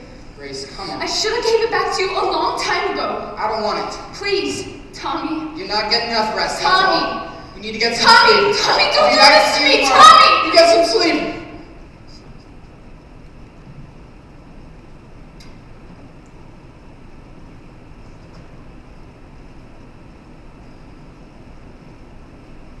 Arthur? Ah, Charlie. Aren't you headed home? I've been thinking it over. We're taking the wrong approach here. We need to settle this case. Make a reasonable offer to these girls. No, Arthur, we agreed. We need a definitive victory. Otherwise, we just invite more of the same nonsense. Things have changed. I know you and Dan were close, but you can't let that cloud your judgment. Von Shockey is going to testify. We can deal with him. How? Put more money in his pocket. Now you want to bribe him? Not a bribe. Consideration. Consideration. For an expert witness. Whatever Barry is paying him, just make a better offer. You don't understand guilt, do you, Charlie? Right now, I don't have the luxury to think about it. Let me tell you something, Charlie. A guilty man has a tremendous need to unburden himself. His guilt can eat him alive. Don't you see? What Von Shockey wants is to be free. That is why he'll never testify for us, and that is why he's testifying for those girls. No matter how much consideration you offer. Settle with these girls, and you'll have to settle with all the others. Neff was right about that. This is just the beginning. Have Markley get in touch with Barry. Get a conversation going. We need to make an offer these girls can accept. Arthur, for God's sakes, what are you trying to do to me? Do you want to wipe me out? You have to get this off the Every penny table. I have put by in the last 7 years, I have sunk into this company. Why? Because of you. Because you said it would be a sure thing. No miss. Why work for Von Shockey when we can work for ourselves? Remember that one? Take a chance, Charlie. Take a chance! Charlie! We were fooled. Von Shockey fooled us all. The only thing that we can do now is clean it up the best we can. Do this, and it's the end, Arthur. You're stepping down, Charlie? Not me. Well. Don't you know? They are one vote from getting rid of you. And whose vote is that, Charlie? Arthur. Have you so little faith in me? I'm still a shareholder. You don't have enough votes to get me off the board. I'll still be on the board. And he's still on the hook if this company goes under. Think about that the next time your conscience starts to bother you. March 15th, 1928. To Raymond Barry, attorney at law. From Edward Markley, counsel, U.S. Radium. One of our witnesses have encountered a scheduling conflict, which makes it impossible for him to testify in April. We therefore request an extension to June. As your request for a settlement, each case involves some humanitarian aspect. Therefore, I am afraid that cannot be the basis for this settlement. But, no doubt you will be rewarded the good work you are doing, if not in this world, then in the next. Tommy, please. Rise and shine. Madam Curie. Time to work. Oh, am I late? I thought I set my alarm. We have 5,000 dials to make before breakfast. Up, up, up. It's all for the war effort. Please. I'm so tired. No complaining. Good soldiers don't complain. But I'm dying. And who isn't? Get up, Grace. Irene. Get up, sleepyhead. You can't make quota like this. It's not fair. I'm only 26. I should be married by now with children and my own home. We all have to make sacrifices sometimes. I know I did. But why? Why do we have to make sacrifices? Well, it's all for science, Grace. Science, family, every life is sacrificed to something. Just a matter of choosing which. But I didn't get to choose. I didn't have no choice. Sure you did, Grace. Sure you Oh, did. Catherine, don't do that. Oh no, what you did, Grace. She's bleeding all over the dials. Sorry, Catherine. I guess I should have said nothing. No problem. What's one more dead dial, Painter?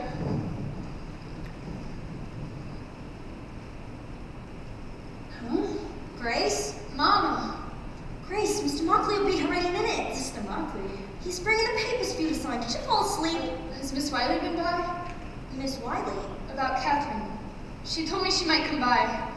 She might have. Don't you know? Someone came to the door a while ago. I think your brother answered it.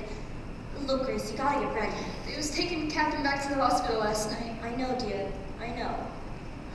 After you talk to Mr. Mockley, we'll go over there and see how she is. I dreamt she died. Grace, don't speak such things. If she dies, it's over. We're 3 months behind on mortgage, Grace. I know that. You can't let this go on. $1,500. It's not even a year's wages. Well, it's better than nothing. Is that what I'm worth? Better than nothing? Of course not, sweetheart, but we gotta be realistic. At the rate things are going, you'll never get inside that courtroom. And even if you did, you can't prove nothing. Mr. Berry thinks we can. Mr. Berry ain't paying the bills. There's the doctor, and the bank, and the coal man.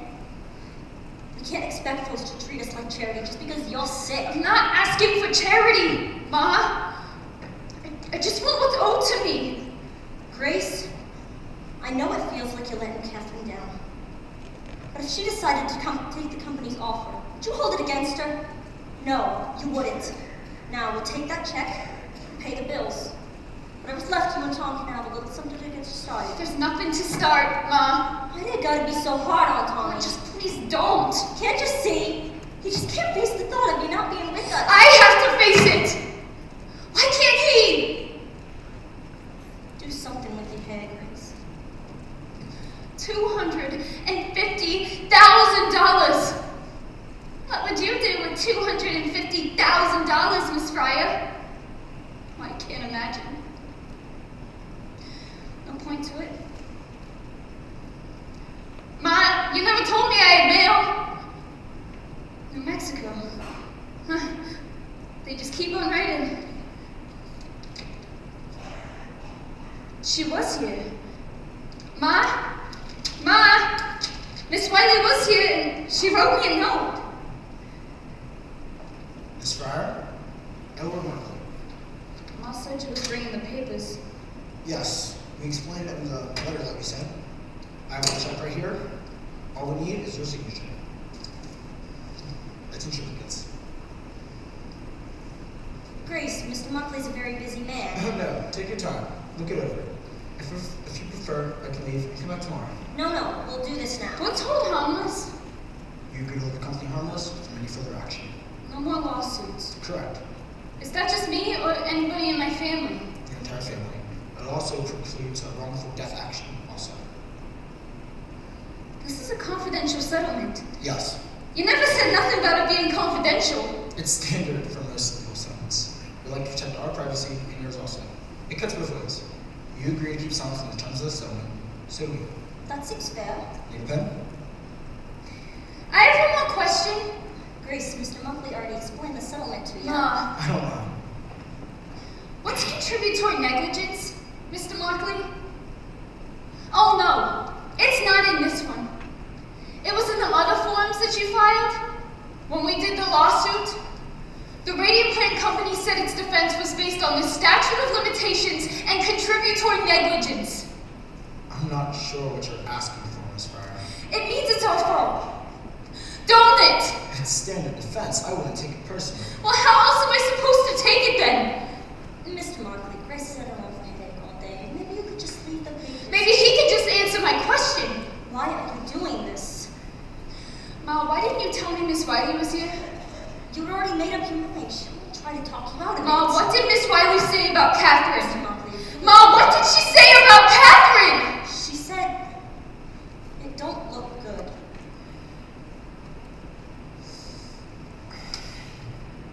Perhaps I should come back when Miss Fryer's feeling better. You never answered my question, Mr. Markley. And I'd really like an answer. Because let me tell you, I quit school when I was 15 years old. I went to work because my folks said they needed the money. Now at your company, they told us what to do, when to do it, how to do it. Now my folks didn't raise me to make no trouble, so I didn't make no trouble, and I did what I was told. How do you get contributory negligence from that? As I said, it's standard defense. There is nothing standard about what happened to me. Miss Fryer, we deeply regret your situation, but there is no evidence to tie your condition to the U.S. Radium Corporation. Then why are you giving me this money? It's a humanitarian gesture. A humanitarian gesture? A humanitarian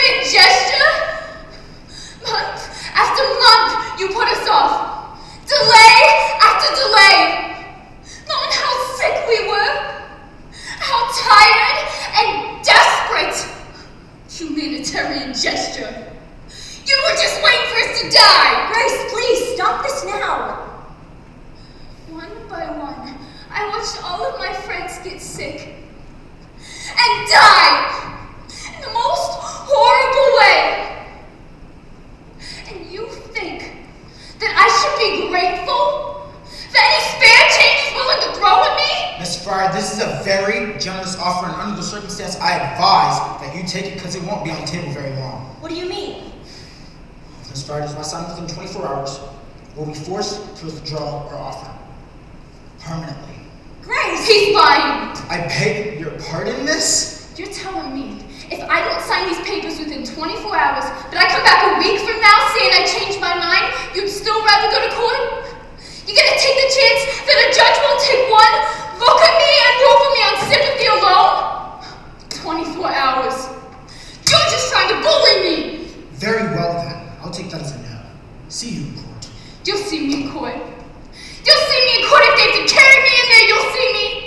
You and Mr. Rita both. You call that man back? I'm going to court, Ma. And what are you trying to prove? You know you can't win. I want those men to look at me. I want them to look at me and explain to me how it's my fault I got sick working in their factory. And what of that get you? What? Ma, all my life, I have done what other people have told me I should do. I quit school because you said I should. I put that brush up to my mouth because Mrs. McNeil told me that I should. I never said, please, can I stay in school? I never said, I don't like the taste of this paint. I never argued. Even though I knew, Ma, I knew something wasn't right. At night, I'd come home and lie in bed, and my dress would hang on the back of the closet door, all aglow. And my shoes on the floor, and my hairbrush, and my comb on the dresser. So much light, Ma! So much light. And I never once asked. I never once even questioned, don't you see? They knew I wouldn't. That's what they were counting on. Arthur, so it is you making all this noise. I left you messages with your housekeeper. I know you got the messages. As we are no longer in business together, I thought it best not to respond. Is that what this is about? Perhaps a cup of tea would calm your nerves. You never said anything about the radium being dangerous. You never said a word about it. Not to me, not to Dad. I didn't know. You didn't know. You invented the paint and you didn't know? How can you lie like that? I didn't know until it was too late. I should put you through that wall. Perhaps you should, but you will not. You will sit down, you will have some tea, and you will calm yourself. I was never the technical man. You were the technical man. Yeah, I was the technical man. Sit down, Arthur. I sold watches, for Christ's sake. I was a salesman. A good one at that. A very good head for the sales you have. For the science, not so good. But for the sales, always a way of cutting the cost while keeping the quality. That's a gift, Arthur. Now, sit down and have some tea. Jesus Christ. What's the matter with your hands? They've been that way for some time now. What have you been dipping them in ink? Dipping them in ink.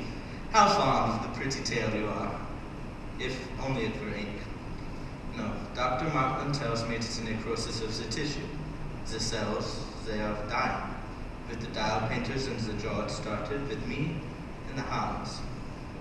I had no idea. There was no reason why you should. We have not seen each other in a long time. How long? For quite a while. Miss Viley from the Consumers League, she contacted me about the girls. There aren't that many people who can measure that kind of thing. She knew I had the equipment and the skill, of course. I didn't want to believe her, Arthur. I didn't want to believe that my paint could be hurting those girls. I wanted to convince her it was a mistake. So I helped. Dr. Markland and I did expired air tests to search for radiation. It was then when we found out. When my own breath registered radioactive, then the fingers, they turned black. Now, I believe you have something you wish to say to me? I'm sorry. Arthur, perhaps an appointment with Dr. Martland you wish to schedule for yourself now? Me? What for? Did you miss the little glowing dust on your shoes each night? How could I? I tracked it all over the house. Well, you can be sure that a good deal of it is now in your lungs. Look familiar? It's our promotional piece? An excellent promotional piece, might I add. How many new sales did it account for? I didn't track it exactly, but I'd like to say it helped our medical market quite a bit. Page 96. What? Open it. It's the last chapter. Read it to me. The last chapter. Radium. Dangerous effects. Dangerous effects of the radium.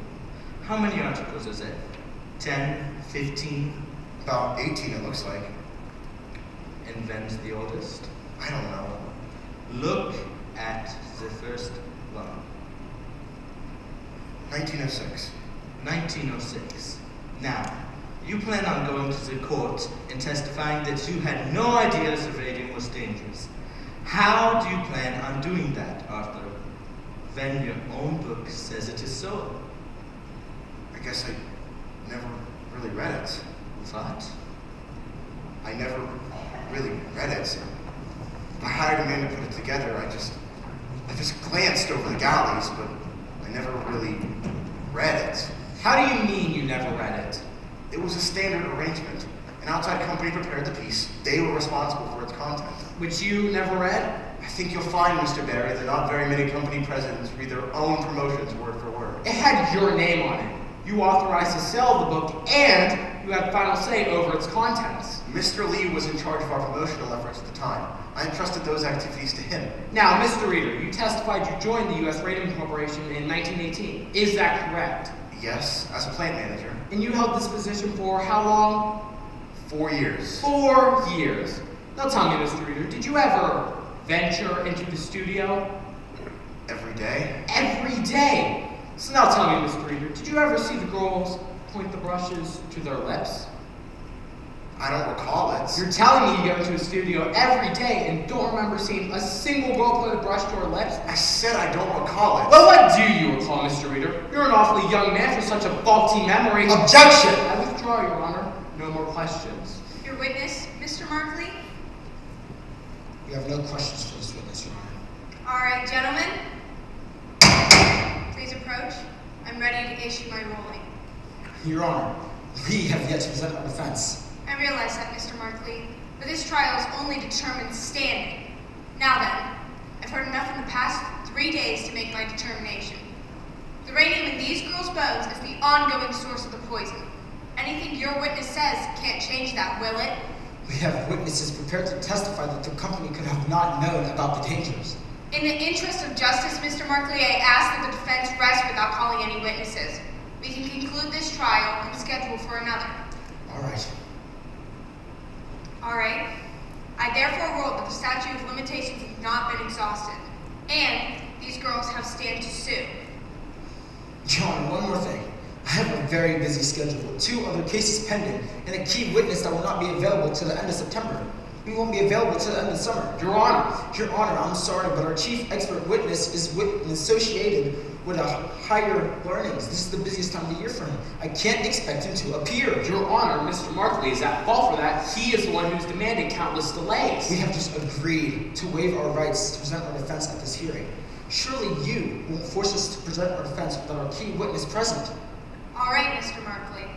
The trial is set for September. This hearing is adjourned. Edward, why can't Flynn appear? He's going to Europe. Europe? But he's known about this for months. Why would he go? Oh, I see. Very clever, Edward. How long do you plan on keeping this up? As long as necessary. Mr. Markley. Mr. Barry, congratulations. Still can't believe the court would go for it. No fool, all these girls can't wait 3 months. Gwen is so ill she can't appear in court. My client has a right to make his defense. We will not wait until September. I promise you that. We will find him on that docket and your expert witness be damned. Edward, that girl, she won't stop staring at me. I wouldn't worry about it. She thinks that I planned this somehow. that I meant for this to happen? How do I show her I didn't mean for any of this to happen? You don't. You don't make her understand. You don't talk to her. But she looks like death, Edward. They all look like death, Arthur. Grace, that man is Wiley. He won't look at me. He won't never look at me. He just looks right past me like I'm not even here. It doesn't matter, Grace. He heard you. June 4th, 1928, Nancy Jane Harlan for the Graphic. Jackie Youngwood for the Ledger. Raymond Berry seeks trial date in early summer. As U.S. Radium Corporation announces a settlement. Settlement? $10,000 cash for each girl. And $12 a week for life. $12 a week? Read all about it in the Ledger, your first source for news. The company also agreed to pay the medical expenses of each girl for the remainder of her life. The girls also have agreed to a periodic exam done by a panel of physicians yet to be appointed. Questions? What led to the settlement? Is it an admission of responsibility? What about other pending cases? It was purely for humanitarian reasons that the U.S. Radium Corporation agreed to the settlement. We admit no liability whatsoever. What about the company? The U.S. Radium Corporation is pleased to have brought this lengthy litigation to a close and looks forward to many more years of serving its customers and community. And that's C.B. Lee, President. Catherine Wiley of the New Jersey Consumers League, our press statement. Were you pleased with the outcome, Miss Wiley? Finally, these poor girls received some compensation for their suffering. But more importantly, the issue of radium poisoning has been brought to public awareness. Thanks, Miss Wiley. The spelling, by the way, is Wiley with one L and Catherine with a K. Well, Edward, it looks like we're back in business. What's the game plan? Didn't I tell you? I've got a buyer for all the tailings that have been piling up behind the building on Alden Street. Oh? Some contractor in Montclair needs a little infill. That's perfect. Now, Catherine, this won't do. Can't even see your name. There. That's better. I brought my watercolors today, Catherine. It's a beautiful day outside. The leaves are starting to change, but it's still warm. Too warm for a sweater, at least. Not much of a breeze, either. Fine day to paint.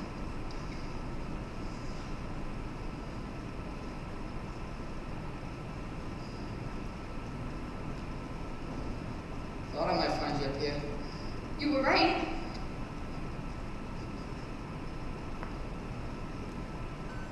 It's quiet up here. Yep.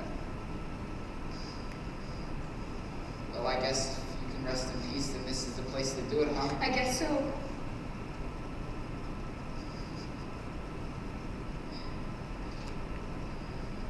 What do you call that? Watercolors. I'm still a little weak when it comes to landscapes, though. No, it's good, Grace. It's nice. It's the first thing I bought with my settlement money. Then I picked up some paints and some oils, too. Big spender. Then I bought a car. I didn't know you could drive. I can't. My brother's gonna teach me. He's the one who brought me up here today. Grace, you want to learn how to drive? I teach you. You got better things to do now, Tommy.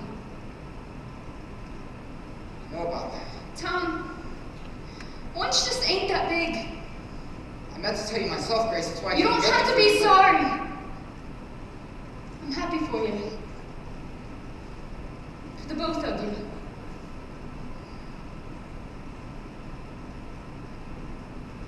No more feelings then? Do you really think I have time for that?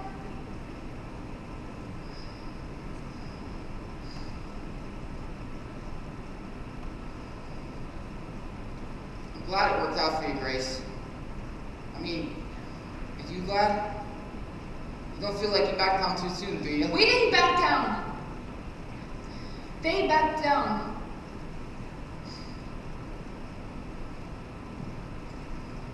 Papa, It was over here. not this again. This is where I saw her that last time. This is morbid, Papa. I stood there for a long time. She didn't notice me at first, but then something made her look up.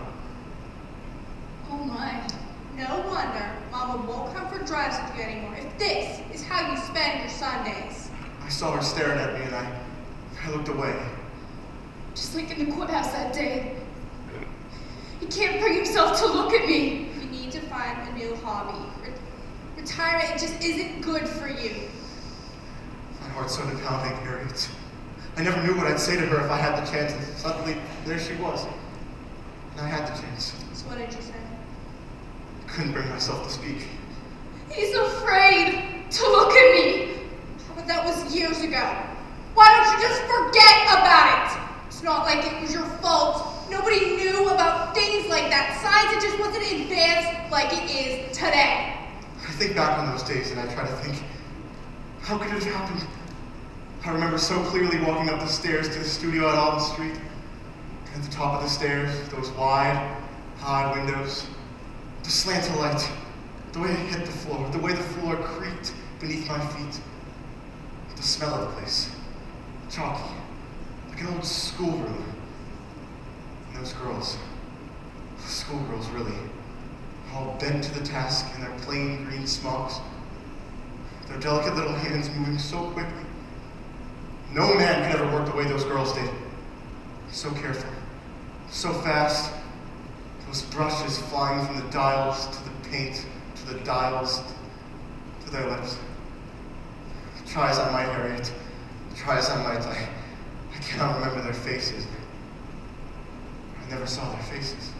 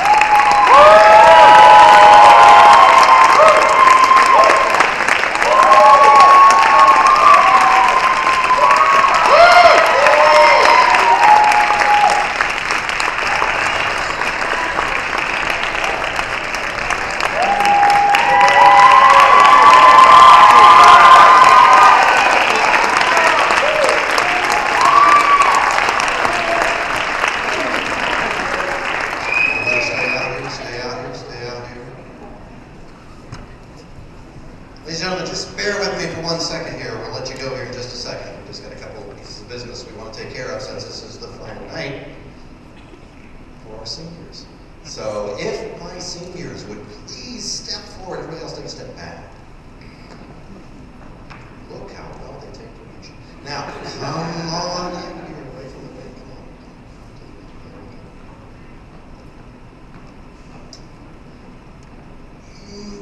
We still have a musical in the spring, by the way.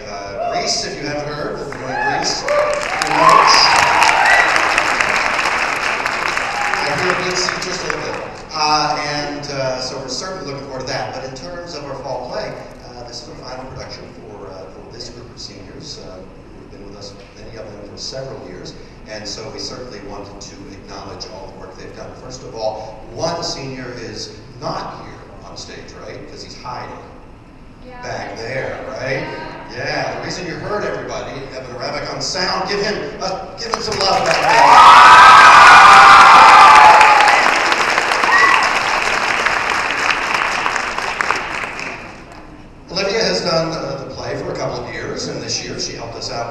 stage crew, which is just as important as you saw with all the things that go on here on stage. Our stage crew is amazing. And so, Olivia Murphy, take a step forward, take a moment.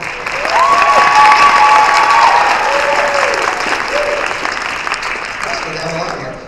Welcome, come try to do down the line. And then also, Emma's been in our play for the last couple of years as well. A third year, yes, absolutely. A 3-year veteran, Emma Wellington.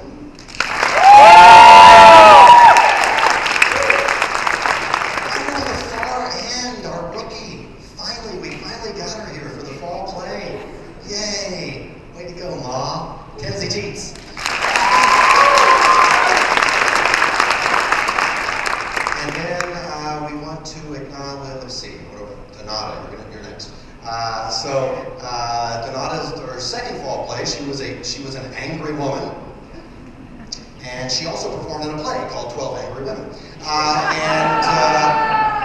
took a second for some of you. Okay, these are the jokes. There weren't any jokes in the play. People, these were the jokes. It was very funny. Donata Lancaster.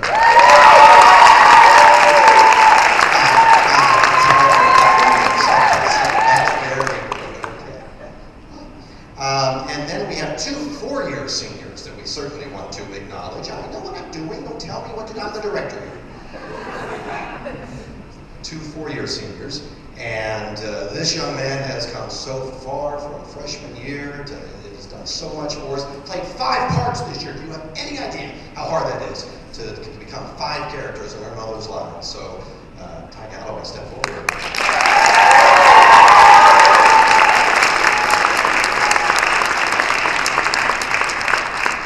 And from Sleeping Beauty to Mrs. Reader, and all kind of things in between. Her sophomore year, she actually did 2 plays for us. She's one of the few people who do both Clue and 12 Angry Women. And in addition to all that, this makeup and stuff, and of course Donata played a big part in that as well, as did Addie, and some artwork, and all. You have no idea how she has gone above and beyond. We could not do this without her, and we love her to death. Addie Miller.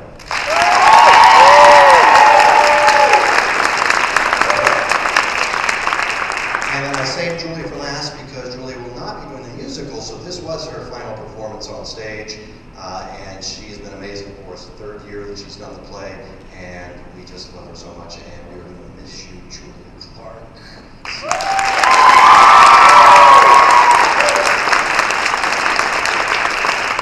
thank all of you for coming. We thank you, especially parents out there, we thank you for loaning your children to us and allowing us to take up their time. We know it's a sacrifice for them. We know it's a sacrifice for you as well, and we know that you do that all in the name of art. So we thank you so much for that. It has been our pleasure to be able to work with them, and we look forward to the spring and doing so again with Grace. One more time, give everybody a huge round of applause.